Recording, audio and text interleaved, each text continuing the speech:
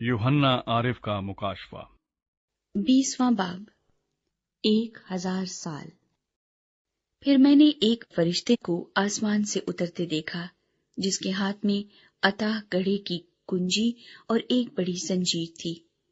اس نے اس اژدہا یعنی پرانے سام کو جو ابلیس اور شیطان ہے پکڑ کر 1000 برس کے لیے باندھا اور اسے اتاہ گڑھے میں ڈال کر بند کر دیا اور اس پر مہر کر دی تاکہ وہ 1000 برس کے پورے ہونے تک قوموں کو پھر گمراہ نہ کرے۔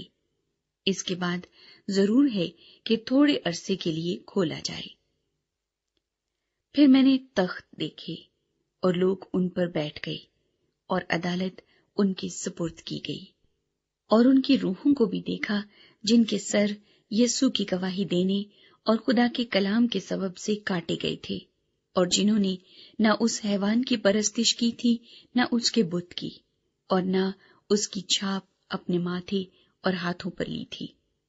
وہ زندہ ہو کر 1000 برس تک مسیح کے ساتھ بادشاہی کرتے رہے، اور جب تک یہ 1000 برس پورے نہ ہو لیے باقی مردے زندہ نہ ہوئے۔ پہلی قیامت یہی ہے۔ مبارک اور مقدس وہ ہے جو پہلی قیامت میں شریک ہو۔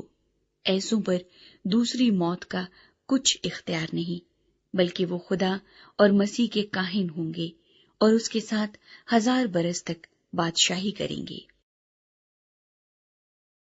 شیطان کی شکست۔ اور جب 1000 برس پورے ہو چکیں گے تو شیطان قید سے چھوڑ دیا جائے گا، اور ان قوموں کو جو زمین کی چاروں طرف ہوں گی یعنی جوج و ماجوج کو گمراہ کر کے لڑائی کے لیے جمع کرنے کو نکلے گا۔